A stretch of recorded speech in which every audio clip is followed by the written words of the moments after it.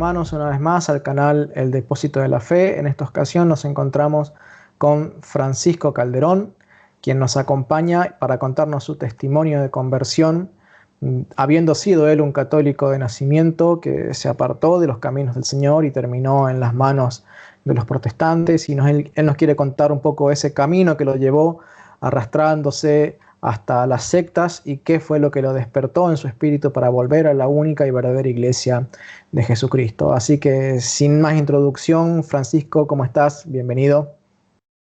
Bien, muchas gracias, Leo. Muy bien, gracias a Dios. Y pues aquí compartiendo lo que el Señor permita y que pueda ser de mucho fruto para quienes nos escuchan. Muy bien, muy bien. Bueno, estoy muy contento de que después de varios meses de haber empezado a coordinar este mini proyecto, de hacer este video, finalmente lo pudimos concretar. Así que bueno, contanos un poquitito aquellas cosas que muy brevemente me has comentado a mí en un mail donde me relatabas los puntos esenciales de tu testimonio. Contanos un poquitito cómo comenzó este camino, primero en la Iglesia Católica y luego a desviarte hacia las sectas. Sí, Leonardo, mira, pues yo nací en un hogar católico tradicional.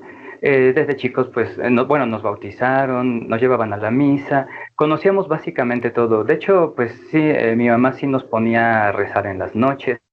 Entonces sí tuvimos cierta enseñanza, ¿no? Y práctica también. Pero fui bautizado. A los 8 años, aquí hay un detalle muy interesante. Cuando yo tenía 8 años es cuando el Papa Juan Pablo II fue elegido, sumo pontífice, y él vino a México, que fue su primer viaje. Me parece que hizo una escala en Jamaica, en el año 78 fue esto. Y después vino aquí a México, ya como su primer visita oficial. A mí me impactó eso, aunque yo era un niño. No sé, hubo algo ahí que Dios tocó mi corazón. Y me acuerdo mucho que, bueno, antes se compraba el periódico, ¿no? Teníamos el periódico en la casa, se hojeaba, y salían pósters en un periódico de aquí de la ciudad. Entonces era un póster de Juan Pablo II que salió conmemorando su visita. Y yo inmediatamente quise pegar ese póster en mi lugar, ¿no? Donde yo tenía mis cosas. Y después no sé cómo llegaron una bandera del Vaticano, yo tenía una bandera de México y las quise poner ahí. Es decir, me identifiqué de algún modo. Seguimos yendo a la misa y todo. A los 16 años empecé yo, bueno, fui a una peregrinación al Cerro del Cubilete en Guanajuato, México, a ver a Cristo Rey. No sé si conoces, bueno, se debe de ver por ahí en internet en algún lugar. Es una peregrinación juvenil que se hace cada año, cada enero. Entonces yo me inscribí a los 16 años, fui y pues igual me impactó la forma en que vi que se celebraba ahí la misa, tantos jóvenes.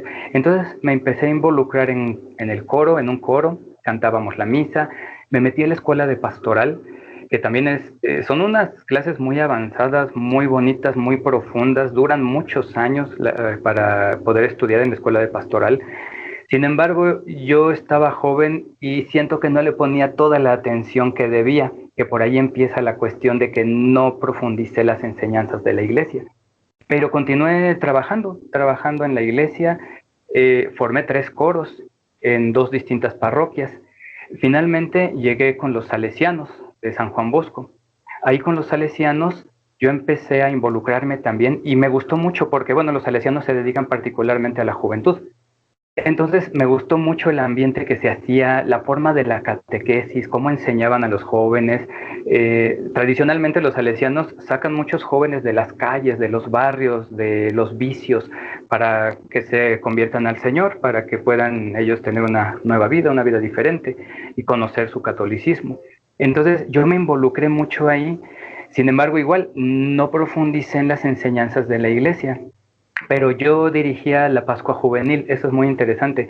A nosotros nos capacitaban en retiros, aquí se llama Monte María, el lugar, y nos íbamos nosotros a diferentes estados de la República cada año a dirigir la Pascua Juvenil en Semana Santa.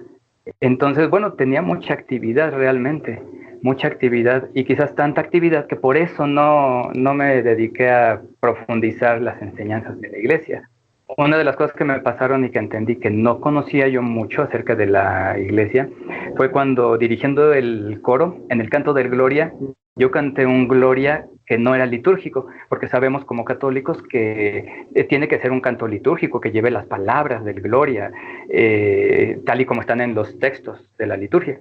Entonces yo canté un Gloria que no era litúrgico y el padre me llamó la atención, dice, no, es que tienen que llevar las palabras de la liturgia y todo. Bueno, entendí un poquito, pero igualmente seguí sin profundizar. Entonces, bueno, en en este periodo de tiempo, yo quise ser sacerdote, o sea, me tocó tanto todo el asunto que yo quería consagrar mi vida, ¿no? Una cosa muy importante es que todo el tiempo a mí me gustaba estar en la iglesia. De hecho, yo era de misa de todos los días. Sin embargo, ahora que regresé a la iglesia entiendo que no comprendía, de hecho, lo que sucede en la misa.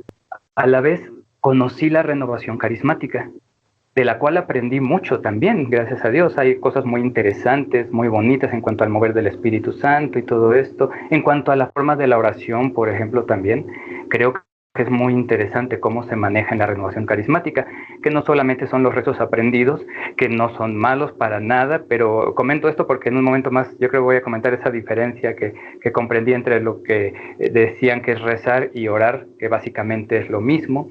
Pero bueno, hay una disyuntiva ahí, ¿no? Entre protestantes y católicos, de lo que es uno y otro. Entonces, en la renovación carismática yo aprendí mucho de esto. Y me gustó también, me gustó la cuestión del mover del espíritu, los cantos de alabanza. Como yo, pues era músico, tenía mis coros y eso, de la renovación carismática sacaba muchos cantos para la misa también, cuidando un poquito más la cuestión de la liturgia. Y para las reuniones de jóvenes, ¿no? Ahí sí, también, porque ya ves que hay muchos cantos muy alegres, muy bonitos, con movimientos, de animación, etcétera, de compromiso también. Bueno, en la renovación carismática hubo un detalle que yo quiero puntualizar mucho para nuestros hermanos católicos. Yo escuché ahí cantos que son protestantes, cantos evangélicos. Me gustaron mucho por la profundidad con la que se interpretaron, por el momento de oración que teníamos en ese momento. Y entonces yo me puse a investigar de quién eran esos cantos. Yo dije, yo quiero comprar más y obtener más cantos como estos. Vi que eran de un autor protestante, evangélico, para esto de un grupo pentecostal. Entonces me dediqué a buscar y a comprar música protestante. En mi mente yo decía, bueno, si lo usa la renovación carismática, no está mal que yo lo use también. Entonces me empecé a abocar ya después no solo a escuchar la música, sino también a empezar a escuchar predicaciones de pastores. Empecé a escuchar un programa de radio que había aquí en la ciudad los días sábados. Entonces ahí empezó la cuestión en mi mente de la duda. De decir, bueno, acá hablan muy bonito de Cristo, escriben unas canciones muy profundas, muy hermosas. Entonces, pues Dios también puede estar ahí. Entonces, al descuidar yo la catequesis, mi aprendizaje personal de la religión católica, me incliné a seguir escuchando y finalmente a asistir a la iglesia del pastor que tenía ese programa de radio. Lo conocí Francisco, personalmente, sí. ¿y en qué momento pensás que se diluyó esa intención que tenías de ser sacerdote? ¿Y por qué?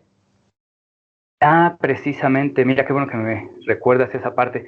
Precisamente cuando me desanimé un poquito por la cuestión de mis papás, que eran divorciados, y conocí la renovación carismática, en ciertos grupos de la renovación a los coordinadores les llaman también pastores.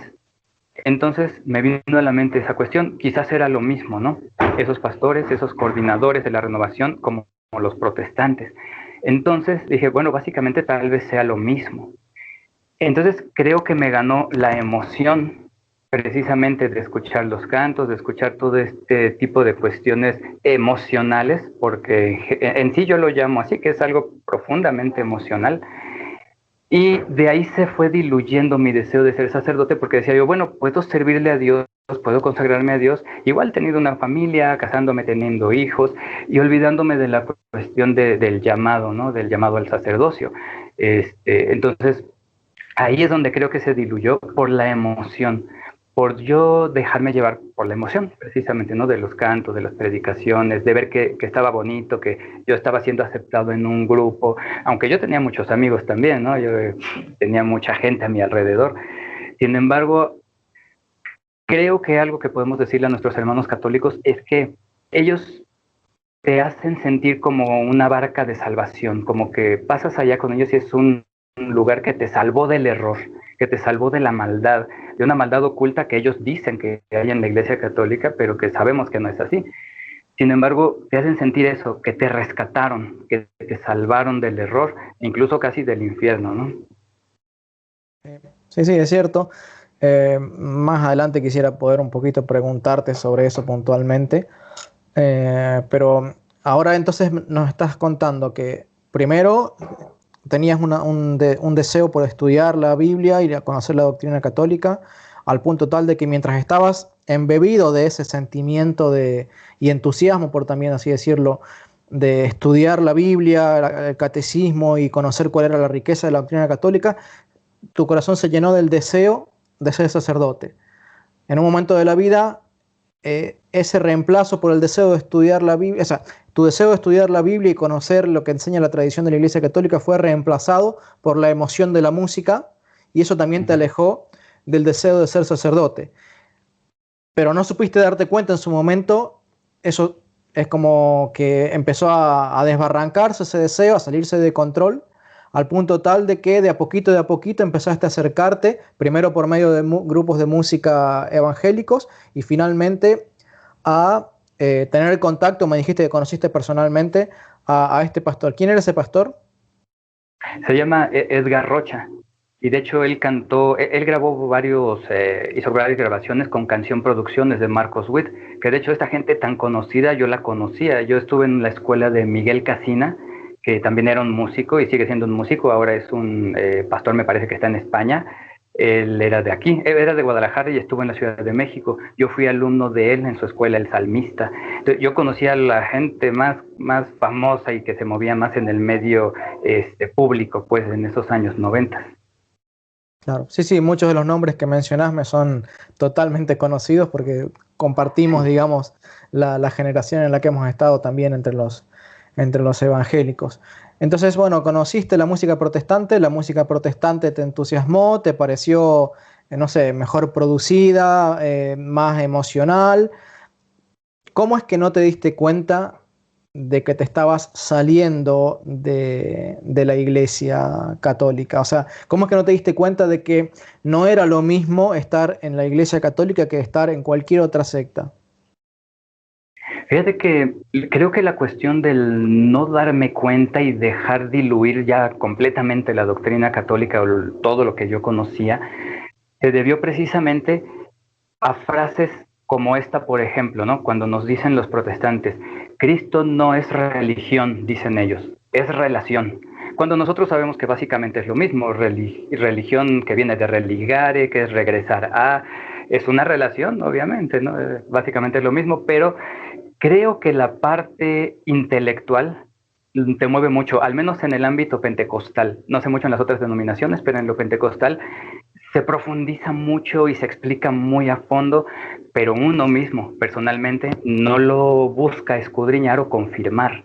Entonces, ese tipo de frases a mí me movieron y dije, bueno, a ver, entonces, ¿qué es lo que ellos se refieren cuando dicen que Cristo es relación? Entonces, bueno, es una relación personal, no necesitas un sacerdote, por ejemplo, esa es otra. Decían, todos somos sacerdotes porque la palabra de Dios lo dice, somos profetas, reyes y sacerdotes en Cristo. Entonces yo buscaba en la Biblia, ay, sí es cierto, así dice, pero no me ponía yo a investigar en la Iglesia Católica también cómo se interpreta y cómo se explica esa parte, por ejemplo, que sí es real esto, todos somos reyes, sacerdotes y profetas en Cristo. Sin embargo, ese tipo de pensamientos son los que a mí me hacían inclinarme hacia allá sin buscar, sin escudriñar la confirmación en la Iglesia Católica. Creo que parte es eso, ¿no? El querer demostrar como que uno también es intelectual y uno ha entendido por fin, ¿no? Ciertas cosas.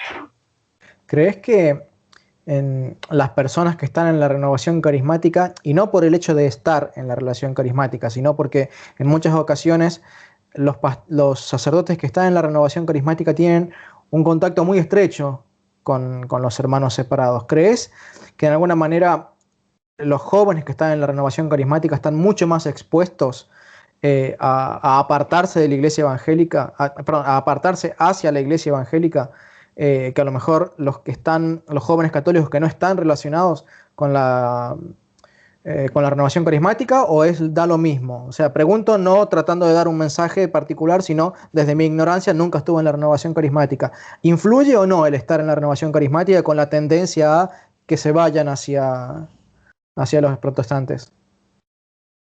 Es definitivo, Leo, que sí influye y bastante, y te voy a decir por qué. Una de las congregaciones donde yo estuve mucho tiempo, protestante evangélica, nació de una iglesia católica, de un grupo de la renovación carismática precisamente. Esta iglesia se llama Casa de Oración, está en Guadalajara. El pastor es Chuy Olivares, es una persona muy buena, es una persona muy preparada, muy decente, es una buena persona.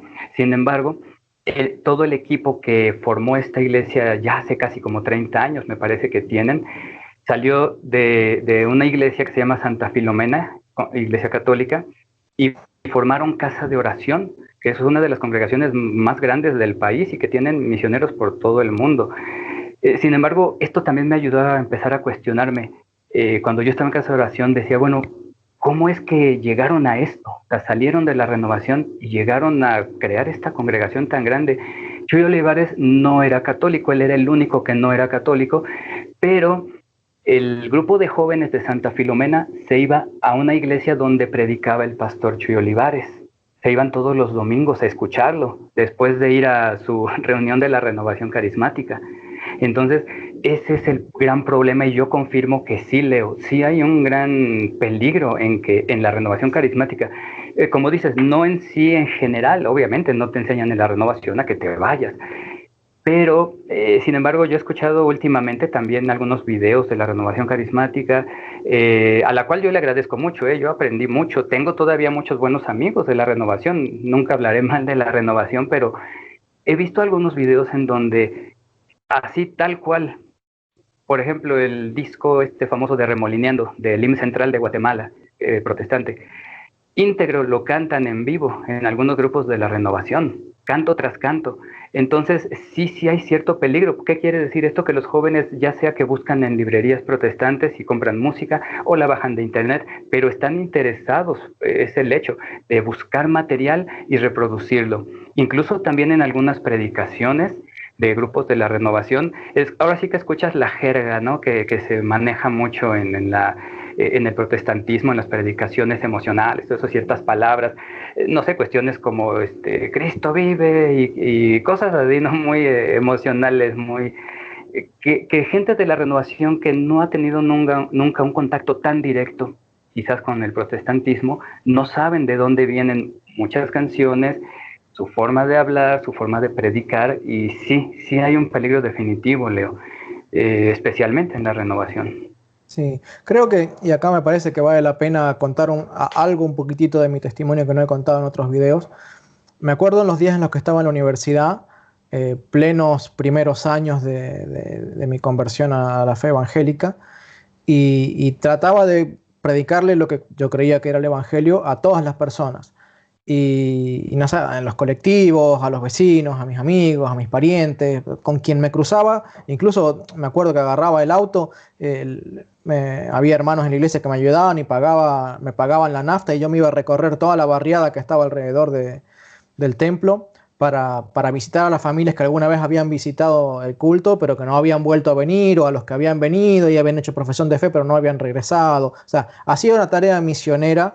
Y me acuerdo que en una ocasión, estando en la universidad, estaba el guarda que estaba en la entrada de la universidad, solito ahí en su box, estaba leyendo, y digo, bueno, esta persona está ahí, me va a escuchar. Si yo me siento 15 minutos con él, no tiene nada que hacer, no me va a poder decir me tengo que ir, porque él se tiene que quedar hasta tal hora. Y me acuerdo que me le acerqué y le empiezo a querer predicar, y él saca como 3 o 4 libros de la mochila, y yo me sorprendí porque mirá que yo había visitado y había golpeado literalmente cientos de casas en las campañas evangelísticas que hacía como cuando era evangélico. Cientos de casas en las que me había metido a predicar el evangelio, o sea, lo que yo creía que era el evangelio, ¿no? Pero nunca nadie me había sacado un libro para ponerse a discutir conmigo, y esta persona era de la renovación carismática. Y la única Oh, mira. persona que alguna vez se puso ahí a tratar de responderme con la Biblia y con sus argumentos fue una persona carismática, ¿sí? De la renovación carismática. O sea, no hay que decir que de por sí la renovación carismática es pecado o peligrosa. Digo que por las Ujú. personas que están ahí relacionándose mucho con los hermanos separados, creo que en esas congregaciones puntuales se está más expuesto, pero sin embargo, como te digo, hay grandes sacerdotes que defienden la fe con mucho fervor, como el pastor, el padre Luis Toro, que pertenece a la Ujú. renovación carismática.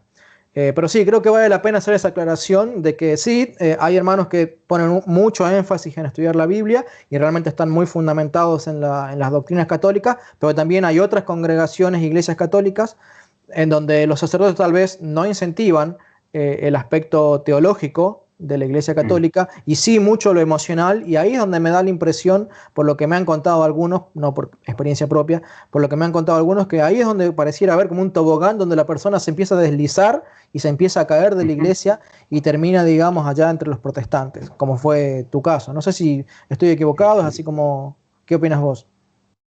Sí, sí, así es, Leo. Sí, sí, igualmente. Como te decía, pues en la renovación carismática aprendí muchas cosas. Por ejemplo, la cuestión de cuando muchas veces no tenemos acceso, por ejemplo, a la oración de contemplación en nuestras parroquias, la renovación carismática, por ejemplo, enseña qué es la contemplación, ¿no? Y es algo hermoso.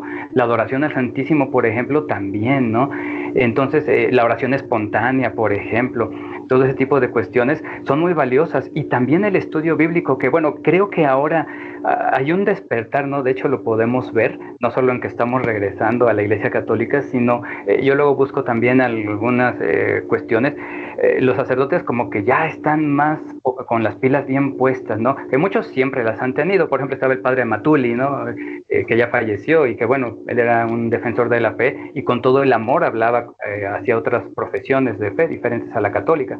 Siempre lo he sabido, pero ahora como que hay un despertar y también los laicos están empezando a escudriñar ahora sí realmente las escrituras, a conocer la doctrina, a conocer el catecismo de la iglesia, las vidas de los santos, por ejemplo, que es otra de las cuestiones que yo me preguntaba mucho. Bueno, y aquí pues no hay ejemplos contemporáneos o ejemplos de hace 200 años, 500 años para nosotros. Entonces, bueno, sí, la renovación carismática es muy buena, pero yo creo que sí debe de haber una introspección y deben de ponerse a tener el cuidado los líderes. Hace rato precisamente me estaba acordando, hice un comentario en una página por ahí donde les digo, creo que el Espíritu Santo de Dios y en quien creemos, la tercera persona de la Trinidad, tiene la suficiente creatividad para podernos dar cantos, para podernos dar un formato de reunión, para darnos tantas cosas y no tenemos que copiarlos de otro lado. De hecho, es una riqueza enorme, ¿no? De todo lo que tenemos en la iglesia, desde la misa hasta estas reuniones de oración, adoración al Santísimo, retiros.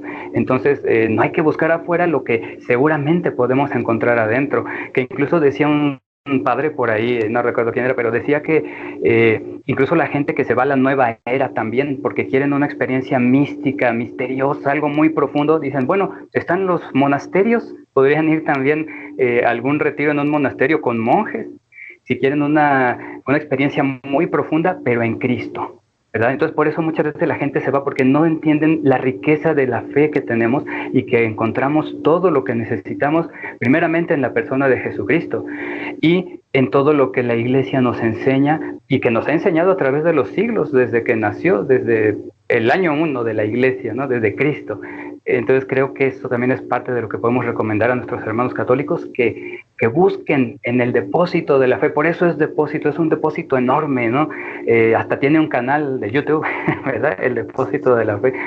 Entonces, el depósito de la fe es enorme y necesitamos ver y escudriñar y echarnos ese clavado ahí para ver toda la riqueza que tenemos en la Iglesia Católica.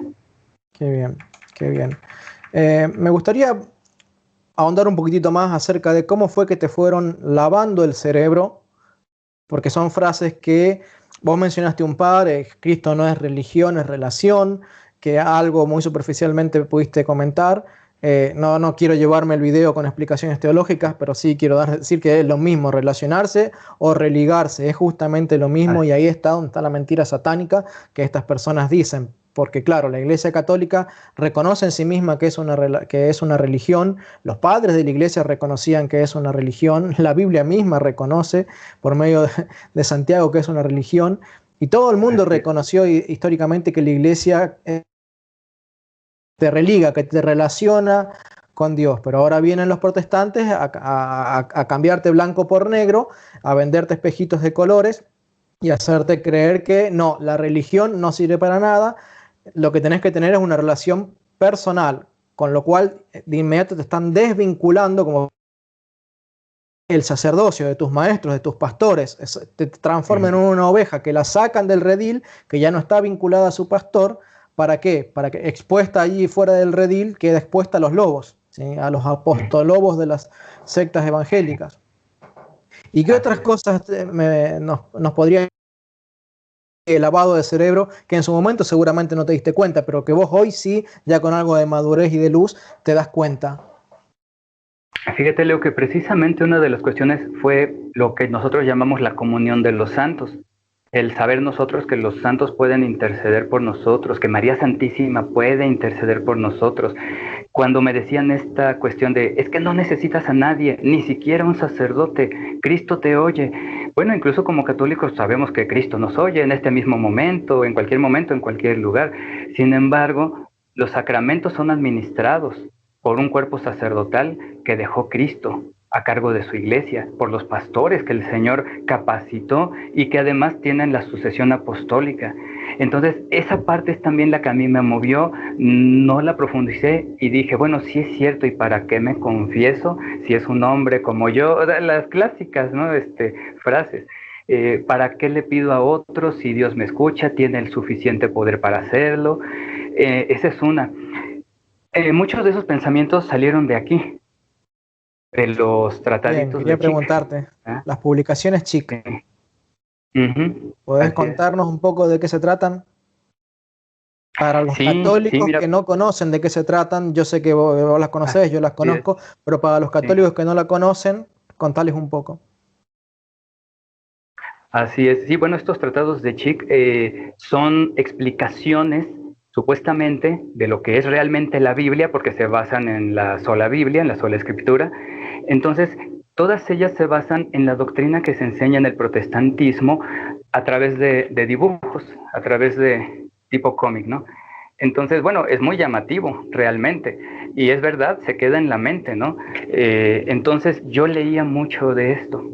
Y aquí, algo que me di cuenta es que la mayoría de las doctrinas protestantes, por ejemplo, tan solo el formato de la famosa oración de fe con la que ellos dicen recibir a Cristo, sale de aquí, sale de las publicaciones de Chick, porque en sí no es una doctrina que se haya formado en algún lugar o que haya algún libro escrito. O sea, hay tantos libros protestantes y todos tienen temas diferentes y no están de acuerdo en las doctrinas. Entonces, lo que yo me di cuenta es que muchas cosas como esa oración de fe, que así le llaman los protestantes, sale de aquí, de los tratados de Chick, de las explicaciones de Jack Chick, que era el editor. Dicho sea de paso, algo bien interesante, Leo. Yo me puse a investigar acerca de Jack Chick, no sé si tú has dado con esto, pero se dice que parece que ni siquiera existió Jack Chick, no existen registros, fotografías, no existe nada de él, como que era una especie de asociación, ¿no? Y algunos se atreven también incluso a compararlo con un grupo masónico, ¿no? Yo no lo dudaría, porque principalmente predicaba un odio contra la Iglesia Católica, Jack Chick. Hay unos cómics más grandes, por ahí todavía los tengo, creo, que se llaman Alberto, de un supuesto ex sacerdote católico. Esos son grandes, esos son como los de Marvel, son a color y todo, ¿no? Entonces, era tremendo lo que sacaban ahí. La Iglesia Católica en estos cómics, que también eran de Chick, era la culpable, pero de todo absolutamente, ¿no? De la Segunda Guerra Mundial, de todos los horrores que pueda haber en la historia de la humanidad, ¿no? Casi de que la Pangea se hubiera separado, ¿no? Era culpable. Sí, ellos culpan absolutamente de todo a la Iglesia Católica. Se les cayó un plato al piso y se les rompió, pero porque la Iglesia Católica esto. Así es. Sí, y fíjate, Leo, investigando este supuesto ex sacerdote, que se llamaba Alberto, que era español, según esto, nunca fue sacerdote, pero fíjate dónde encontré esto, en una página cristiana evangélica, en una página protestante encontré que ellos mismos investigaron, quisieron entrevistar a Alberto, quisieron tener información de él para poder tener más información y compartirla. Pues resultó que nunca existió tampoco esta persona, Alberto. El ser humano ahí estaba, pero nunca fue sacerdote. Nunca hizo todo lo que dice que hizo, ¿no? En los cómics, porque fue una persona real que platicó con Chick y le hicieron sus historias en 5 cómics que por ahí están todavía en las librerías evangélicas. Entonces, esto es parte de lo que me pasó a mí, el absorber todo eso, el creerme todo eso. Por ejemplo, de la muerte de Lincoln, me acuerdo mucho porque hay un cómic que habla de eso, de Alberto, de todos los sistemas de gobierno, en la forma en que se destrozan unos a otros los países, todo eso tenía culpa la Iglesia Católica. Y lo demuestran en estos libritos y en estos también, en Chick. Entonces, como tú dices, es bueno que todos sepan y los vean porque los siguen produciendo, los siguen vendiendo y los siguen repartiendo. En la parte de atrás le poníamos el nombre de la iglesia o congregación donde estábamos para que la gente fuera. Muchos católicos no saben que esas son como galletas envenenadas, que realmente esas publicaciones Chick están llenas de mentiras.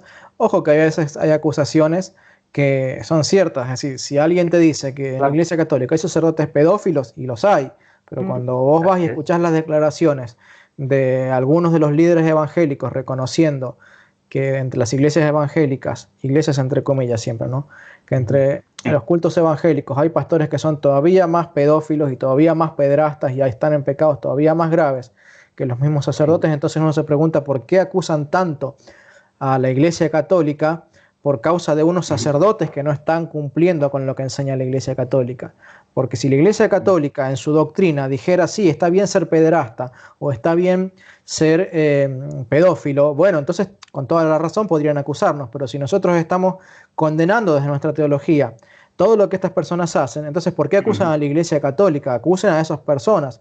¿O acaso les gustaría a algún evangélico que acusáramos a los evangélicos por causa de lo que han hecho los casi 700 pastores bautistas en Estados Unidos que eran pedófilos? Una asociación de pastores estadounidenses que eran pedófilos. ¿Y quién habla de eso? 700 pastores en un lapso de, no sé, de 20 años, no sé cuántas miles de almas les produjeron un daño irreparable. Ni que hablar de los que son traficantes de órganos o de los que están en el narcotráfico o en el lavado de dinero y cosas por el estilo. O sea, ¿y quién acusa a los evangélicos de que los evangélicos son tal o cual cosa por culpa de lo que hace un pastor? Bueno, si con ellos se juzgan a sí mismos diciendo no podemos acusar a los evangélicos por causa de lo que hace un pastor, ¿por qué son incongruentes con esa ley y acusan a la Iglesia Católica por lo que hacen algunos supuestos sacerdotes que al momento de cometer esos pecados quedaron absolutamente excluidos de la Iglesia Católica, aunque todavía sigan llevando la sotana? Así que bueno, esas publicaciones Chick cometen ese tipo de errores desde lo moral, desde lo teológico, haciendo afirmaciones que, claro, cuando vos después vas e investigás, te das cuenta que no, las publicaciones Chick son de decirte que en el siglo tal inventaron tal dogma los católicos, y yo me dedico en todo el canal a demostrar que justamente esa acusación es falsa, que mirá, desde el siglo I está esta enseñanza, en el siglo II, en el siglo III, acá si interpretás correctamente este pasaje también lo encontrás en la Biblia, así está lleno de falsedades, lleno, pero solo te das cuenta cuando buscas y escuchás la otra cara de la moneda. La persona que, como decías vos, ¿no?, que descuida su catequesis, descuida el estudio honesto, sincero y bien acompañado de la Biblia por parte de buenos maestros católicos, el que descuida ese aspecto rápidamente termina en las manos de los calumniadores, de los que lo único que hacen es, como en algún momento me contaste, ¿no?, desacreditar todo lo que vos crees, pero jamás te invitan a profundizar lo que vos crees para ver si es así. ¿Qué me podrías decir de eso? Sí, exactamente, sí, así es. Sí, cuando uno llega, en mi caso, cuando llegué a Casa del Alfarero, que es el nombre de la primera congregación donde estaba Edgar Rocha en esos años, sí, precisamente te dan la bienvenida y te empiezan a bombardear, ¿no? Mira, entra al discipulado, vente al grupo de oración de jóvenes, si eres músico, pues te invitamos a que toques. Entonces, sí, es un bombardeo de las doctrinas, desacreditando, porque la primera pregunta es, oye, ¿de dónde vienes, no? ¿Vienes de otra congregación protestante o vienes de alguna religión? Entonces sí, se dedican a bombardearte, es cierto. Y nosotros, pues, con tanta emoción, al menos muchos como yo, pues ya no nos dedicamos a buscar nuestra fe, a ver, a comparar, a ver, me están diciendo esto, pero yo que vengo de acá, necesito confirmar, a ver qué pasó, ¿no? Porque no checa una con otra. Entonces sí, Leo, sí, sí, es así. Otra de las cosas, como te decía, lo de la intercesión de los santos, por ejemplo, ¿no? Hay cantos, ¿no? Como solo Dios hace al hombre feliz. Bueno, es verdad, ¿no? Pero ellos lo enfocaban siempre a que solo Dios, no puedes hablar con nadie más, no necesitas a nadie más, no hay comunión de los santos. Otra es, no puedes hablar con los que han muerto, ¿no? Eso nos decían. Y yo decía, ay, sí es cierto, entonces si lo dice Deuteronomio en la Biblia, pues tengo que hacer caso yo al Señor, porque pues ellos ya murieron, los santos, ¿no? Yo siempre fui admirador al 100% y todavía lo soy de San Francisco de Asís. Incluso cuando yo estaba allá y les enseñaba a los jóvenes discipulado en la casa del alfarero con los protestantes, yo les hablaba de la vida de San Francisco de Asís. Alguna vez les hablé de Santa Teresa y me regañaban, ¿no? Me regañaban los pastores. Yo les decía, pero es que están dando un testimonio, dieron un testimonio y se quedó un fruto de sus vidas. Sin embargo, pues sí lo convencen a uno, ¿no? Es que ya murieron, no necesitas hablar de ellos, ni hablar con ellos, ni su intercesión. Entonces, esto es bien importante también, ¿no? Porque la iglesia está hecha de seres vivientes, vivos en Cristo. Es decir, somos la iglesia militante, la iglesia purgante y la iglesia triunfante, pero todos vivos. Ese es el detalle. Por eso hay una comunión de los santos, porque la iglesia está viva aunque esté en el cielo. Cuando habla la palabra de Dios que no debemos invocar a los muertos, obviamente que habla para brujerías, hechicerías, para un beneficio propio, ¿no? Pasando por encima de otros, invocando otros nombres e incluso otros dioses. Entonces, bueno, eso a mí también me movió mucho y me hizo dudar y dije, bueno, es cierto, no necesito a otros, solo necesito a Cristo. Sabemos que en Cristo estamos completos, sabemos que en Cristo está la salvación, pero el Señor es tan misericordioso que también deja delegadas responsabilidades, por decirlo así, para entenderlo nosotros, ¿no? Como esa intercesión de los santos, por ejemplo. Eso se me hace muy importante, ¿no? Entenderlo bien. Y que bueno, creo que lo entendemos como católicos. No le pedimos al santo el milagro, él no hace ningún milagro, ni siquiera María Santísima hace ningún milagro, sino solamente Dios.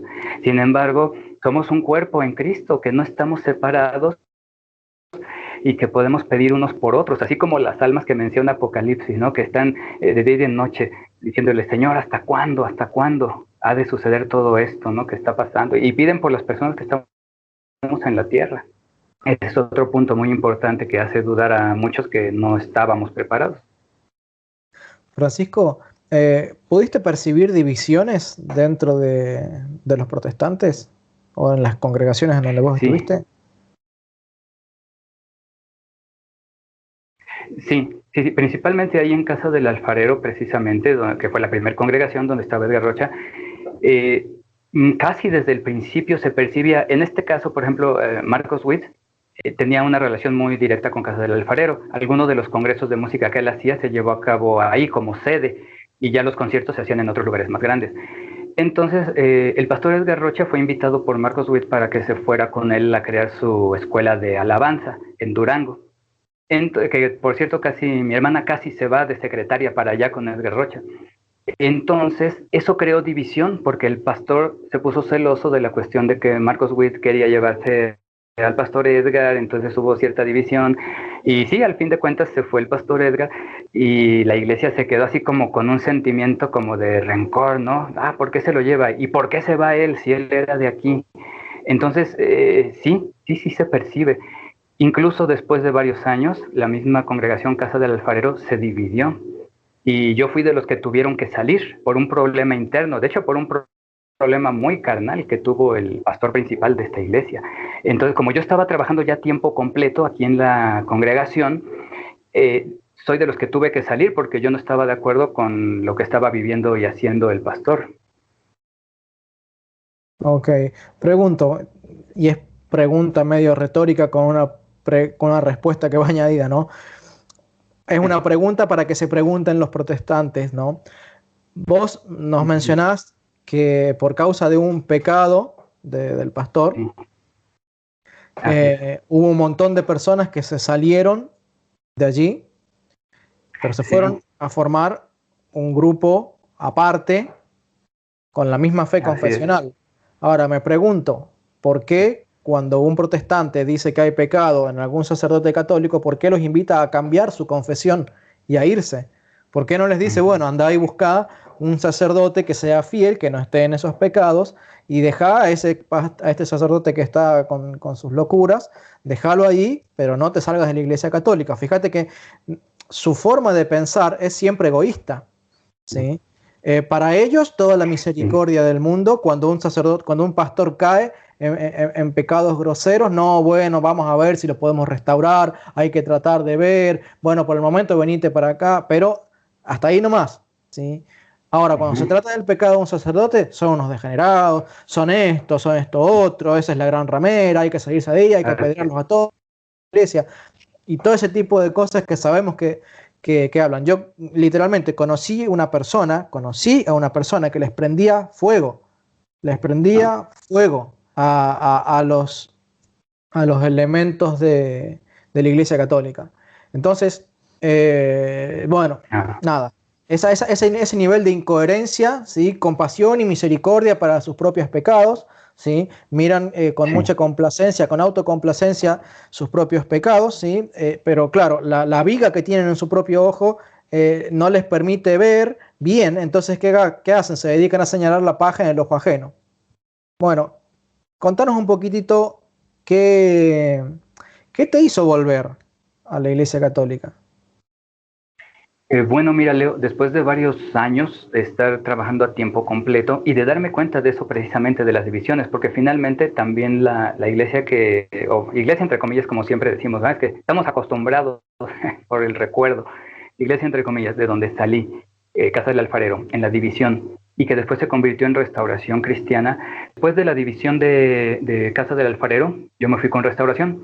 Restauración también se volvió a dividir y entonces yo opté por irme como misionero a Estados Unidos con un ministerio que había conocido precisamente desde Casa del Alfarero.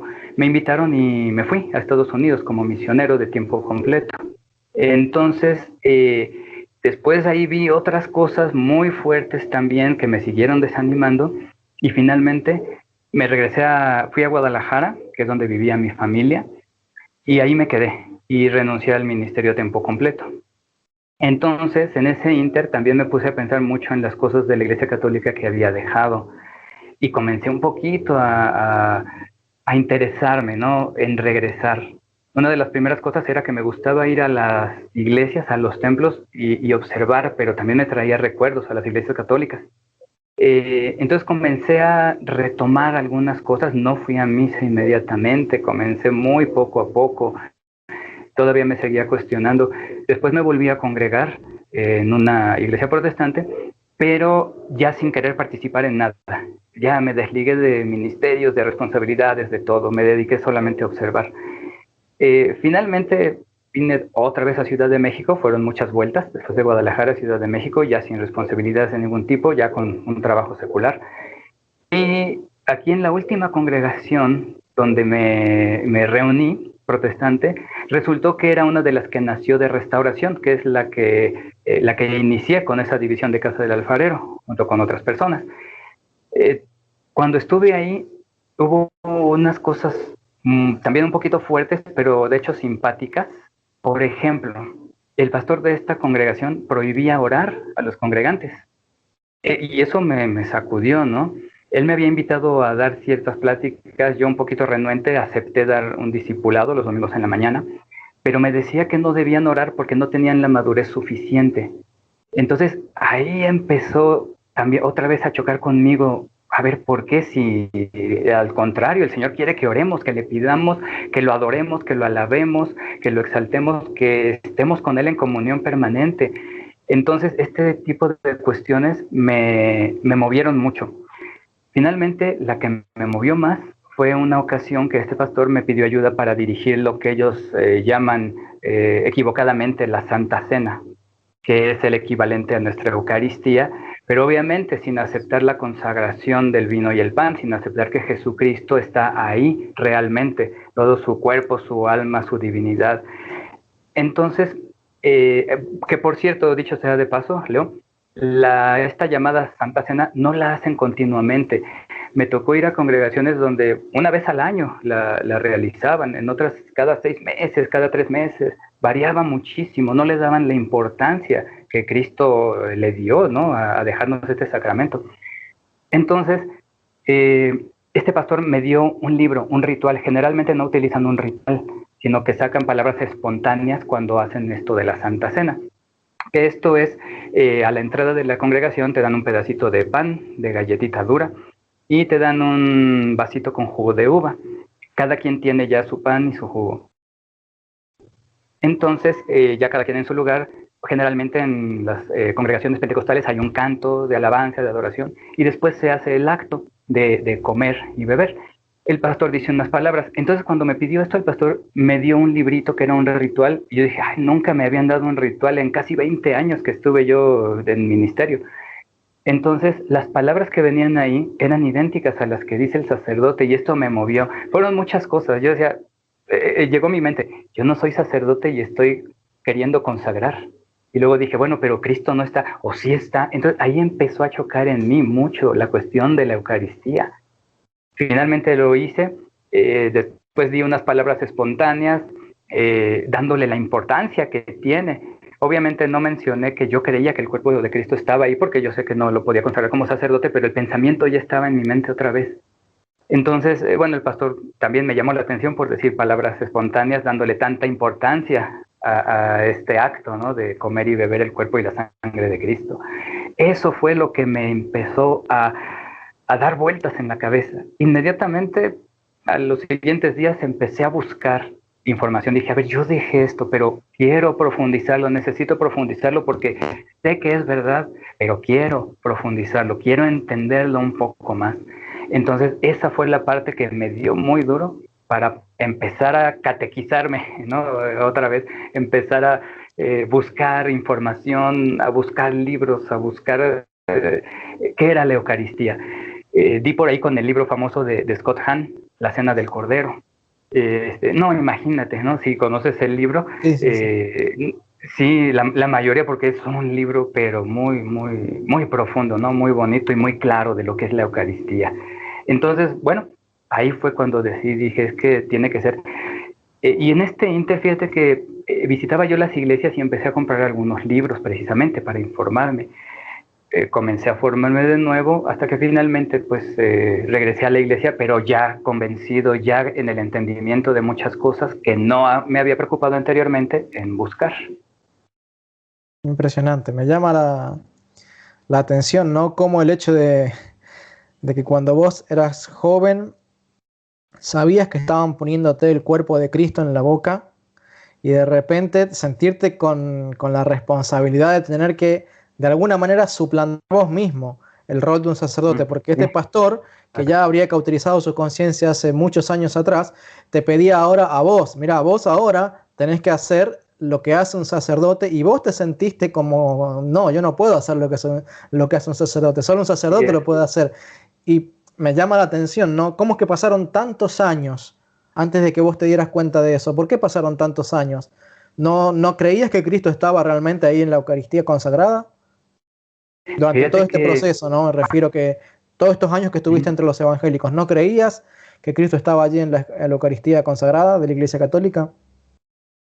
fíjate que como mi vida fue hecha ya entre todo el movimiento protestante, siento yo, me he preguntado eso, ¿no? Y digo, bueno, creo que realmente no lo dejé de creer, pero me puse una barrera, me bloqueé solito. No quise hacerme responsable de entender que ahí estaba el cuerpo y la sangre de Cristo para no regresar a la iglesia, para no tener la responsabilidad de decir, bueno, es que lo necesito. Creo que me bloqueé de esa forma mucho. De hecho, hubo algo aquí que no comenté. En ese inter, cuando dejé de trabajar en el ministerio, y nada más me dediqué a congregarme. Desgraciadamente me acerqué mucho a algunas cuestiones espirituales también muy ajenas al cristianismo, como la nueva era precisamente, el budismo, varias cosas, tratando de justificarme de que yo buscaba algo bueno, pero estaba bloqueado en cuanto al regreso a la Iglesia Católica. Entonces, obviamente, sabemos, ¿no? Cuando Dios te ha tocado una vez, ya no eres libre, ya no te sientes bien en el pecado o en el error. Entonces, bueno, estaba un tiempo en alguna, me ayudó para conocer y dar testimonio ahora también de muchas cosas muy fuertes que hay en el ocultismo. Fíjate, eso fue algo muy fuerte y bueno, le he pedido perdón a Dios de todo eso, ¿no? Obviamente, pero sí es muy fuerte. Después de haber conocido todo esto, primero la Iglesia Católica, luego de haber estado sirviendo a tiempo completo en congregaciones protestantes y entrar un poco a la cuestión del ocultismo, fue un tiempo muy breve, quizás unos meses, pero sí fue un tiempo muy fuerte que me confrontó y finalmente pues regresé a la casa, regresé al hogar, regresé a la Iglesia Católica, en donde eres realmente libre, en donde no hay nada que te ate, donde no hay espíritus que te quieran modificar el pensamiento a otra manera distinta más que la de Cristo. Son cosas muy fuertes también. Gracias a Dios, entonces, que a veces uno tiene ese tipo de experiencias, pero que uno regresa a casa. En este caso, que regresé a la Iglesia Católica, tengo la experiencia de que no hay nada que te pueda llenar más que verdaderamente Cristo, pero bajo su doctrina verdadera, bajo el depósito de la fe, bajo todo lo que Él dejó realmente. Y precisamente esta cuestión de la Eucaristía, cuando el Señor dice, este es mi cuerpo y esta es mi sangre, cuando dice, el que no coma mi cuerpo y no beba mi sangre no tendrá vida eterna, dice ahí en la Biblia, ¿no? Que mucha gente se fue y decían, esta palabra es muy difícil, es muy dura, ¿no? ¿Quién la podrá soportar? Y se fueron. El Señor no les dijo, oigan, les corrijo, ¿no? Es simbólico, no es cierto. No, el Señor lo dijo de verdad. Una de las cuestiones que me llegaron en ese ínter y que dije, la Iglesia Católica es la Iglesia de Cristo. Sé y estoy seguro, el Espíritu Santo me mostró, es que tú tienes la fe suficiente para entender, aunque no lo comprenda tu mente carnal, tú puedes entender que ahí está Cristo realmente, que ahí está su cuerpo, su sangre, su alma y su divinidad. Entonces, bueno, es algo que yo también he comentado con algunos de los últimos amigos, porque ya sabes que la mayoría te abandonan de los protestantes.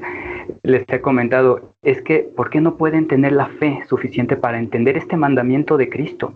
Y para entender esta manifestación eucarística, este sacramento que Él nos dejó, porque ellos hablan mucho de la fe, ¿no? Precisamente, todos dicen que es por fe, de hecho está la doctrina de la sola fide también. Entonces, ¿por qué no pueden tener la suficiente fe para poder creer lo que dijo el Señor Jesucristo? Nada te puede llenar más que esto, más que la verdad de Dios. Entonces, pues gracias a Dios que a veces nos permite tener esas experiencias, pero como hijos pródigos, pues regresamos a Él y cuando Él nos recibe, pues nos llena de su sabiduría, de su consuelo, de su paciencia, de su misma humildad. Entonces, yo tengo un pequeño lema ahí en el canal de YouTube que tengo y es, hay que conocer a Cristo para ser como Él. Y hay que conocerlo en base a la doctrina que Él nos dejó, ¿no? Y que es el depósito de la fe, que es la sucesión apostólica, que son los padres de la iglesia, que es todo esto que he escuchado, ¿no? En el canal tuyo y en otros, ¿no? Como el de José Plasencia, que por cierto, eso también me ayudó mucho. En el primer canal que encontré fue el de José Plasencia y encontré el testimonio de Sharon, su esposa. Entonces de ahí empecé a darme cuenta, ¿no? También que pues no estaba solo, dije, bueno, si ellos también estaban a tiempo completo, ellos también estaban sirviendo en una iglesia entre comillas, estaban en el protestantismo y ahora están aquí, pues eso me animó mucho, ¿no?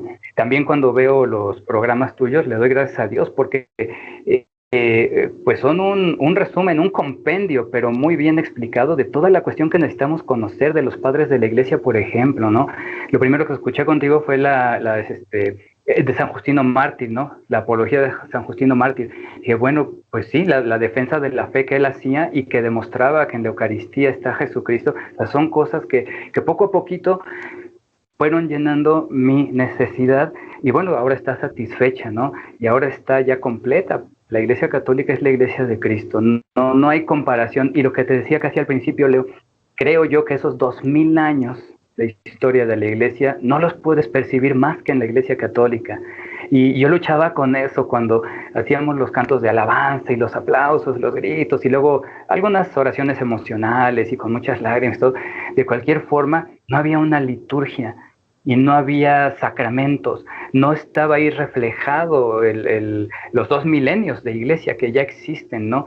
Sin embargo, puedes ir a una parroquia chiquita, puedes ir a una misa muy sencilla, y ahí está reflejado toda esa riqueza de la iglesia, todas las enseñanzas apostólicas están ahí. Como decía Scott Hahn precisamente, ¿no? En su libro, decía él que en 2 minutos escuchó él 4 veces la frase Cordero de Dios, que quitas el pecado del mundo.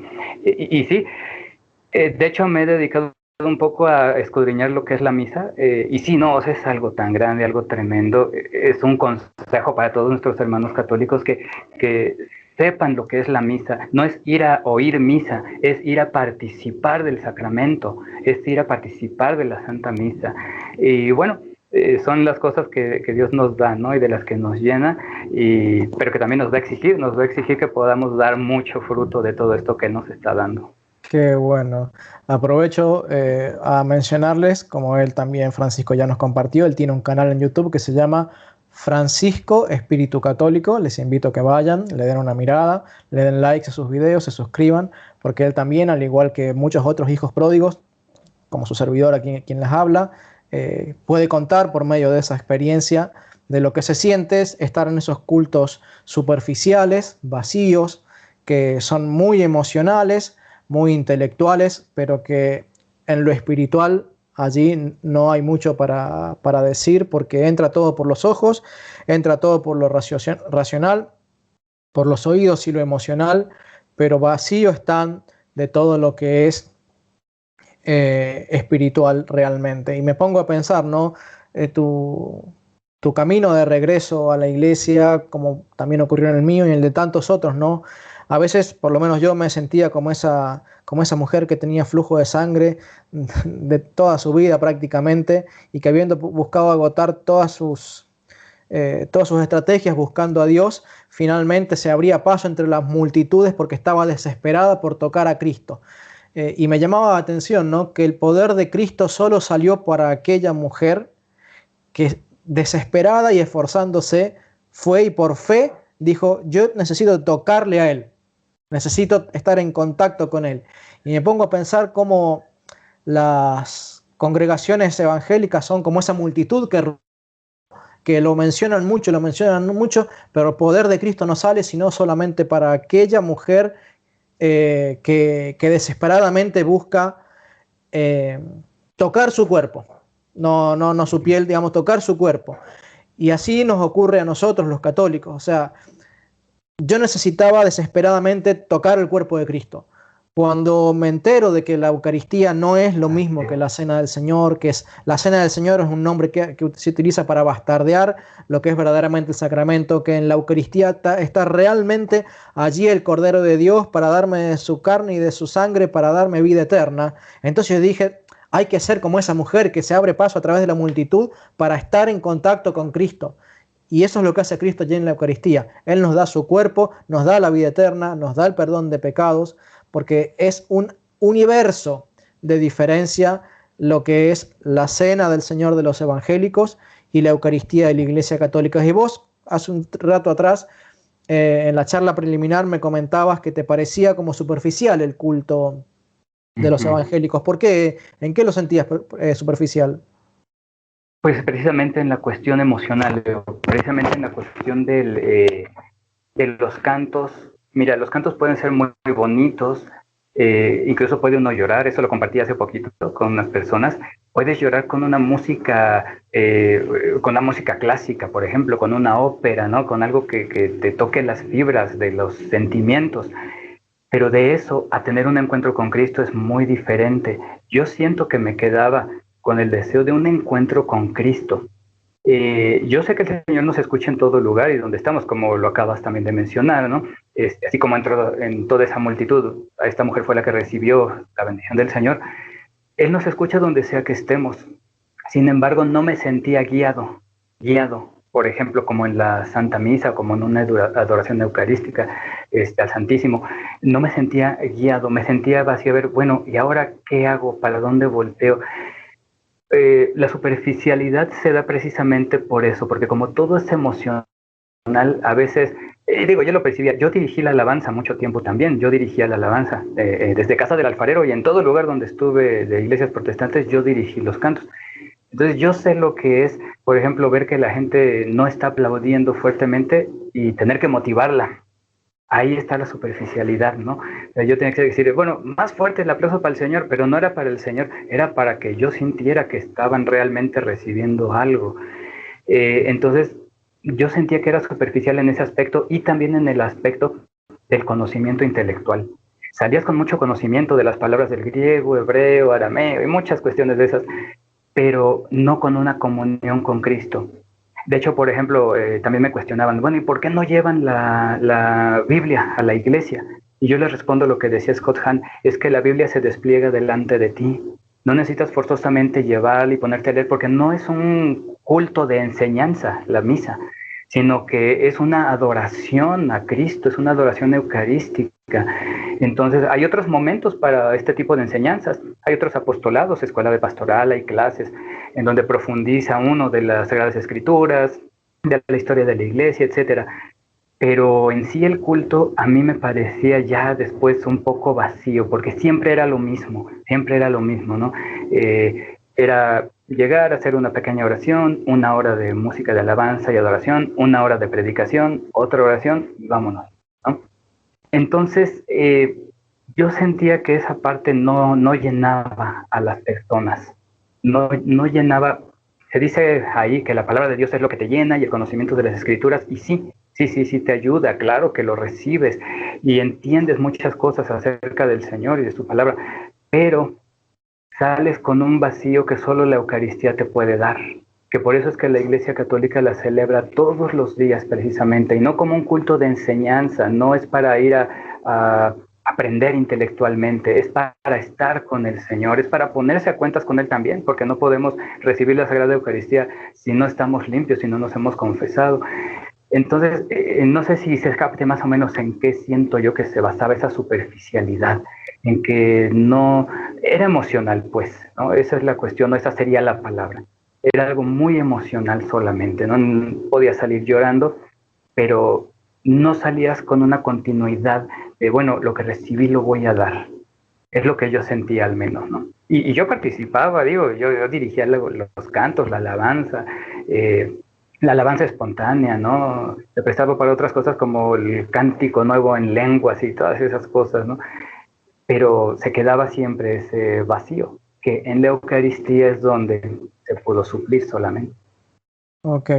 ¿Qué consejo les daría, Francisco, a aquellos hermanos católicos que están tal vez comenzando a transitar lentamente ese camino hacia la iglesia, entre comillas, evangélica, por causa tal vez de los escándalos de los sacerdotes, por causa de que ellos leen la Biblia y dicen, bueno, pero a mí me convence más lo que dice un pastor evangélico que lo que me dice el sacerdote? ¿Qué les dirías a estos hermanos que están deslizándose lentamente hacia los evangélicos? Me llega a la memoria una frase que escuché del padre Javier Olivera, precisamente. Él decía, Cristo no tiene muchas esposas, solamente tiene una. Y aunque esta esposa pueda fallar y pueda incluso ensuciarse, mancharse, es la esposa que Cristo eligió y amó, y es la esposa que Él va a seguir amando y cuidando y restaurando hasta el final de los tiempos. Entonces, este es un consejo, ¿no? Esto es verdad. La Iglesia Católica es la única que puede rastrear hasta el siglo I en cuanto a sucesión apostólica, historicidad, documentos, etcétera, etcétera. En el arte también, la Iglesia Católica está a través de los siglos. Yo les diría a nuestros hermanos católicos que empiezan a emocionarse con la palabra de Dios que escuchan, de los protestantes, que no dejen de emocionarse con la palabra de Dios, pero que busquen en la Iglesia Católica lo que la Iglesia enseña acerca de esa palabra. Está, por ejemplo, el Catecismo de la Iglesia, que es un compendio de toda nuestra fe, basada en el credo, por ejemplo, y en el Padre Nuestro. Tan solo con el credo. Yo les diría a nuestros hermanos católicos, antes de irse con los protestantes, dense cuenta que todo lo que creen los protestantes nació de la Iglesia Católica. No existiría protestantismo si no se hubieran revelado y se hubieran llevado solo unas cuantas enseñanzas y otras las hubieran cambiado. pero obviamente que el credo, de hecho Edgar Rocha, el pastor con el que estuve, hay una grabación de él que se llama Mi Credo, y precisamente habla ahí del mismo credo que nosotros decimos en cada misa. Entonces, un católico debe buscar en el catolicismo, en el depósito de la fe, toda esa riqueza que tiene la Iglesia antes de dar un paso hacia afuera, porque aunque esta esposa de Cristo haya desobedecido a veces, porque la Iglesia no es perfecta, aunque a veces se haya manchado, sigue siendo la esposa de Cristo y Él no la va a cambiar, porque si Él la cambiara entonces no sería Dios. Y Dios ama a su Iglesia con todos sus errores, pero también quiere que su Iglesia se aboque a conocerlo más, que se aboque a escudriñar su espíritu, su palabra, y a sacar de ese depósito de la fe todo lo que tenemos de riqueza en la Iglesia Católica, que en ningún lado la van a encontrar.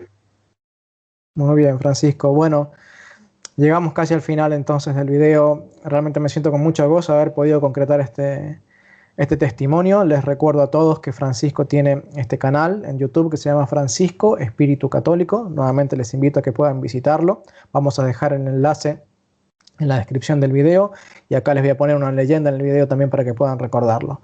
Les quiero entonces pedir que estén en sintonía con nosotros, esperando nuevos videos, nuevas emisiones con más Depósito de la Fe. Nos despedimos. Te quiero agradecer muchísimo, Francisco, por tu colaboración, por tu tiempo, deseando que el Señor te bendiga a vos y a todo el apostolado que estás realizando. Igualmente.